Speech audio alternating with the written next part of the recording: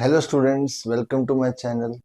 तो कल हमने मोशन चैप्टर को डिस्कस किया था हमारी पहली वीडियो के अंदर। तो हमने कुछ टॉपिक्स पढ़े, तो हम आगे बढ़ते हैं नेक्स्ट टॉपिक्स के ऊपर। कल हमने डिस्कस किया था मोशन एंड रेस्ट के बारे में और कुछ टाइप्स ऑफ मोशन के बारे में। अभी हम और भी टाइप्स ऑफ मोशन पढ़ेंगे, उससे पहले हमें कुछ और बातों के बारे में पता होना चाहिए ताकि ऑर्डर बाय ऑर्डर हमारा टॉपिक और हमारा चैप्टर चलता रहे। तो हम कंटिन्यू करते हैं आज हमारे इस टॉपिक से, फिजिकल क्वांटिटीज। तो देखिए बेटा, सबसे पहले हमें बेसिक जानना जरूरी है इस चैप्टर के, ताकि हम धीरे धीरे एडवांस लेवल पर चले जाएं। ठीक है बेटा। तो स्टार्टिंग करते हैं फिजिकल क्वांटिटीज से। सबसे पहले तो हमें पता होना चाहिए फिजिकल क्वांटिटीज होती क्या है। अगर हम बाय डेफिनेशन पढ़े तो they are the measurable properties of matter and energy. मतलब कोई किसी भी मैटर की या किसी भी एनर्जी की ऐसी मेज प्रॉपर्टीज जिनको मेजर किया जा सके। या दूसरा तरीका क्या है, physical quantities are the attributes of physical worlds that can be measure. या वो एट्रीब्यूट्स जिन्हें हम मेजर कर सकते हैं। अब इसको समझना क्या है, मान लीजिए आप अपने आप को देखिए, आप अपनी क्या क्या प्रॉपर्टीज प्रॉपर्टीज को मेजर कर सकते हैं, है ना। आप अपनी बॉडी की क्या क्या प्रॉपर्टीज को मेजर करते हैं। आप अपना मास चेक कर सकते हैं, है ना। आप अपनी हाइट चेक कर सकते हैं, आप अपना टेम्परेचर चेक कर सकते हैं। या ऐसी जो भी प्रॉपर्टीज जो हम हमारे वर्ल्ड की, किसी भी मैटर की, किसी ऑब्जेक्ट की या एनर्जी की भी जो मेजर कर सकते हैं, प्रॉपर्टीज मेजरेबल है, उन्हें हम क्या बोलते हैं, फिजिकल क्वांटिटीज। क्लियर है कि नहीं है। तो फिजिकल क्वांटिटीज क्या होती है बेटा, they are the measurable properties of matter and energy. या फिर physical quantities are the attributes of physical world that can be measure. तो फिजिकल क्वांटिटी में कोई डाउट नहीं होगा कैसे आपको। तो इसके एग्जांपल्स क्या है, मास भी एक फिजिकल क्वांटिटी है, लेंथ भी एक फिजिकल क्वांटिटी है, टाइम भी एक फिजिकल क्वांटिटी है, टेम्परेचर भी एक फिजिकल क्वांटिटी है, चार्ज, एनर्जी, ये सभी क्या है बेटा, फिजिकल क्वांटिटीज। क्लियर है कि नहीं है, बोलिए। यहां तक किसी को कोई डाउट। और फिर आता है जो फिजिकल क्वांटिटीज है बेटा,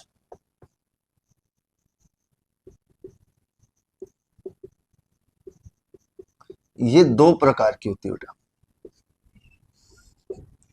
पहली तो होती है बेटा स्केलर क्वांटिटी, ठीक है। और दूसरी होती है बेटा vector quantity.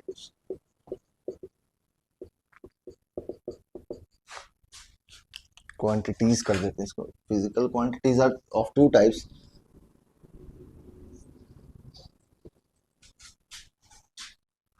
Scalar quantities and vector quantities. अब आपके मन में क्वेश्चन आएगा, सर ये इनको दो डिफरेंशिएट कर दिए, इसका मतलब क्या है, दो अलग अलग क्यों बांट दी है आपने। तो आपको ये जानना है बेटा, मान लीजिए आपको कोई, आपको ये कहा जाए, मान लीजिए आप हिसार जाओ यहाँ से तो शाम से, या मान लीजिए आपको कहा जाए, अगर मैं बिल्कुल आइडियल एग्जांपल ले लेता हूँ, कि आपको कहा जाए आपको ए से बी जाना है। मैं आपको यहाँ समझाता हूँ, रुकिए। मान लीजिए आपको ए पॉइंट से बी पॉइंट पर जाना है, ए पॉइंट से बी पॉइंट पर जाना है ना। और आपको कहा कि ए से बी जो है 40 मीटर दूर है। कितने मीटर दूर है, मान लीजिए 40 मीटर दूर है। और मैं कहूंगा 40 मीटर चलो, तो आप 40 मीटर यहाँ भी जा सकते हो, आप 40 मीटर यहाँ भी जा सकते हो, आप 40 मीटर यहाँ भी जा सकते हो, है ना। बट अगर मैं आपको कहूँ 40 मीटर अपवर्ड डायरेक्शन में जाना है, तो आप बी तक पहुंचोगे, है ना। ऐसी क्वांटिटीज जिनमें, अब जो ये 40 मीटर है, ये तो क्या है बेटा, मैग्नीट्यूड। इसको क्या बोलते हैं हम, मैग्नीट्यूड। और जो साथ में आपको दिया गया है ये डायरेक्शन, कि अपवर्ड डायरेक्शन में जाना है, तो ऐसी अगर डायरेक्शन साथ में दी हो तो हम उसे क्या बोलते हैं, वेक्टर क्वांटिटी। जिसमें क्या क्या दिया हो बेटा, मैग्नीट्यूड भी दी हो और डायरेक्शन भी गिवन। बट ऐसी क्वांटिटीज जिसमें सिर्फ मैग्नीट्यूड दिया हो but direction, no direction, direction नहीं गिवन हो या ना हो उसकी डायरेक्शन, वैसी क्वांटिटीज को हम क्या बोलते हैं बेटा, स्केलर क्वांटिटीज। अब इनका कुछ एग्जांपल्स पढ़ते हैं बेटा। फॉर एग्जांपल, स्केलर क्वांटिटी का एग्जांपल होता है बेटा डिस्टेंस, स्पीड, मास, एटसेट्रा। ठीक है। और इनके एग्जांपल होते हैं बेटा, फॉर एग्जांपल्स, डिस्प्लेसमेंट,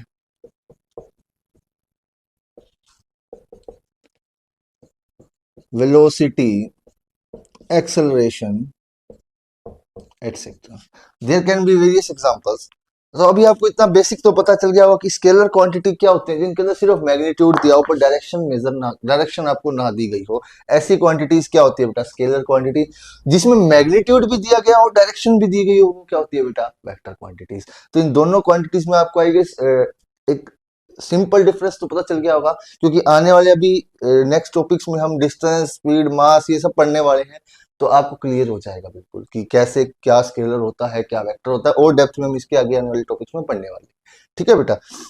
बट अभी के लिए इतना जानो कि स्केलर क्वांटिटीज में मैग्नीट्यूड भी दिया होता है और डायरेक्शन भी दी होती है, बट वेक्टर क्वांटिटीज में सॉरी डायरेक्शन नहीं दी होती है। और इसमें स्केलर वेक्टर क्वांटिटी में मैग्नीट्यूड भी दिया होता है और डायरेक्शन भी दी होती है। इतना याद रहेगा।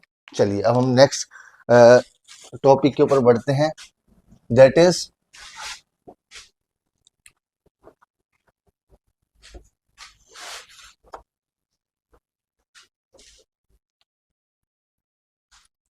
डिस्टेंस।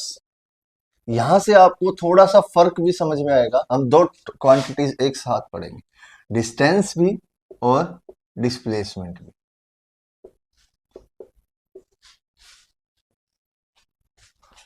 अब बेटा याद रखिए, जब भी मैं डिस्टेंस को याद करने की बात कहता हूं कि आपको डिस्टेंस को अपने माइंड में हमेशा ध्यान रखना है, तो आपको एक वर्ड हमेशा याद रखने के लिए बोलता हूं। जब मैंने एनसीईआरटी क्वेश्चन डिस्कस किए तब भी आपको यही बोला, अब भी यही बोलूंगा।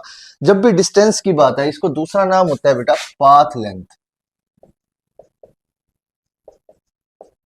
रास्ते की लेंथ। पाथ का मतलब क्या होता है? रास्ता, लेंथ मतलब उसकी लेंथ। ठीक है। तो एक ऑब्जेक्ट जो एक्चुअल में डिस्टेंस ट्रेवल करता है, मान लीजिए आपने ए से चलना स्टार्ट किया और घूम फिर कर यहां आ गए, तब आपका डिस्टेंस क्या होगा? जो आपने पूरी लेंथ चली, इस पूरे रास्ते की अगर आपको लेंथ कैलकुलेट करो तो वही आपका क्या हो जाएगा बेटा? डिस्टेंस हो जाएगा। तो डिस्टेंस क्या होता है बेटा?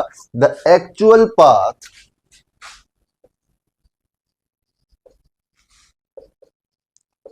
Travelled by an object. वो हमारे पास क्या होता है बेटा? डिस्टेंस, है ना। और दूसरा डिस्प्लेसमेंट क्या होता है? अब डिस्प्लेसमेंट को फर्क नहीं पड़ता कि आप किस रास्ते से जा रहे हो, कि आपने क्या डिस्टेंस कवर किया, नो मैटर। आप यहां से भी जाओगे तो भी डिस्टेंस एक अलग वैल्यू होगी, चाहे कहीं से भी जाओ। जैसे एक एग्जांपल लीजिए, आपने स्टार्ट किया ए से, मान लीजिए आपने ए पॉइंट से भागना स्टार्ट किया, ये आपकी इनिशियल पोजीशन थी, और मान लीजिए आप बी पॉइंट पर जाकर रुकते हैं, ये आपकी फाइनल पोजीशन है। हम नहीं जानते कि आप कैसे गोल मोल घूमकर किसी तरीके से यहां तक पहुंचे हो, बट डिस्प्लेसमेंट को इस चीज से फर्क ही नहीं पड़ता। डिस्प्लेसमेंट क्या कहता है? आप इनिशियल पोजीशन लो, फाइनल पोजीशन लो, उसके बीच में एक स्ट्रेट लाइन खींच दो, वो स्ट्रेट लाइन ही क्या होगा? आपका डिस्प्लेसमेंट। ये क्या होगा बेटा? डिस्प्लेसमेंट। तो यहां से हम इसकी डेफिनेशन बना सकते हैं। क्या डेफिनेशन होगी? इनिशियल और फाइनल पोजीशन के बीच में जो स्ट्रेट लाइन है, या minimum distance between initial and final position. तो इसकी डेफिनेशन क्या लिखेंगे? देखिए, the minimum distance between initial and final position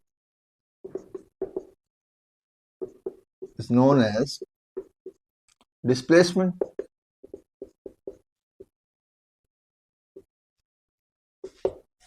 clear है कि नहीं? बोलिए। तो इनकी बेसिक डेफिनेशन क्लियर हो गई आपको। अब देखिए दूसरा पॉइंट हम पढ़ते हैं। दूसरा पॉइंट क्या पढ़ेंगे हम? अब ये पॉइंट जो है इसमें दोनों में कॉमन है, हालांकि ये दोनों लेंथ ही हम कैलकुलेट करते हैं। भाई एक मिनिमम लेंथ है, एक एक्चुअल लेंथ है, बट है तो लेंथ ही। और लेंथ को किसमें मेजर किया जाता है? It is measured, it can be measured in, इसको ऐसे लिख सकते हैं, it can be measured in metre, kilometre. Same same line यहां लिख सकते हो, it can be measured in metre, kilometre, इनमें इनको मेजर किया जा सकता है। हाँ, बट अगर आपसे पूछी जाए एसआई यूनिट, तो एसआई के केस में आप किलोमीटर नहीं लिख सकते। एसआई के केस में क्या लिखोगे? Its SI unit is metre. अगर आपसे पूछ लिया जाए बेटा एसआई यूनिट बताओ डिस्टेंस की, तो मीटर ही हो, ना कि किलोमीटर लिख सकते हो। हाँ, किलोमीटर में भी इसे मेजर किया जा सकता है, बट ये इसकी एसआई यूनिट है नहीं। क्लियर है कि नहीं? सिमिलरली थर्ड पॉइंट यहाँ पर भी लिख सकते हैं, इसकी भी एसआई यूनिट सेम है बेटा, इट्स एसआई यूनिट इज, क्या है एसआई यूनिट इसकी भी? मीटर।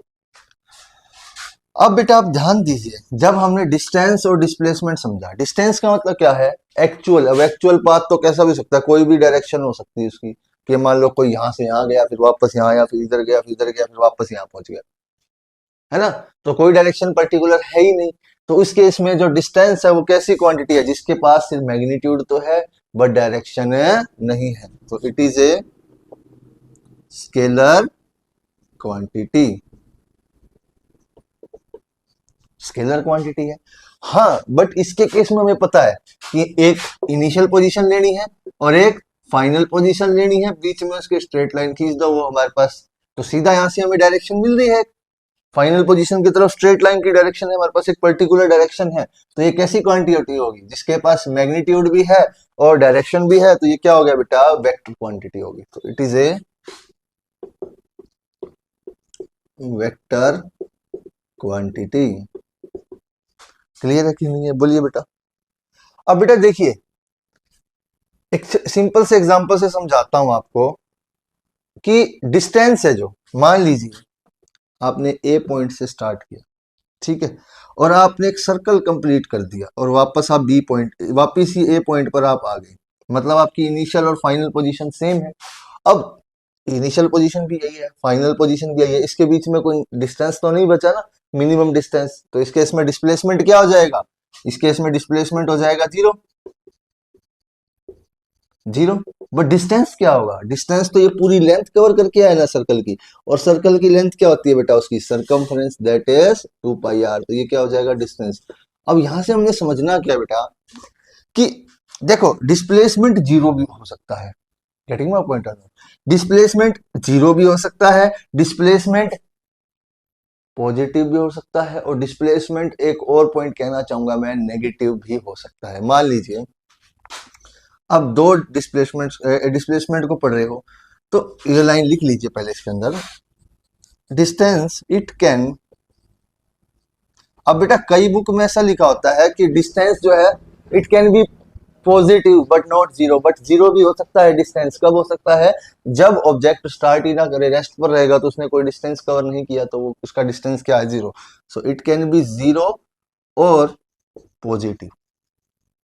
बट डिस्प्लेसमेंट में क्या है बेटा? मान लो अगर ऑब्जेक्ट इस डायरेक्शन में जा रहा है एक्स में, या माइनस एक्स में भी जा सकता है, इस तरफ भी मूव कर सकता है।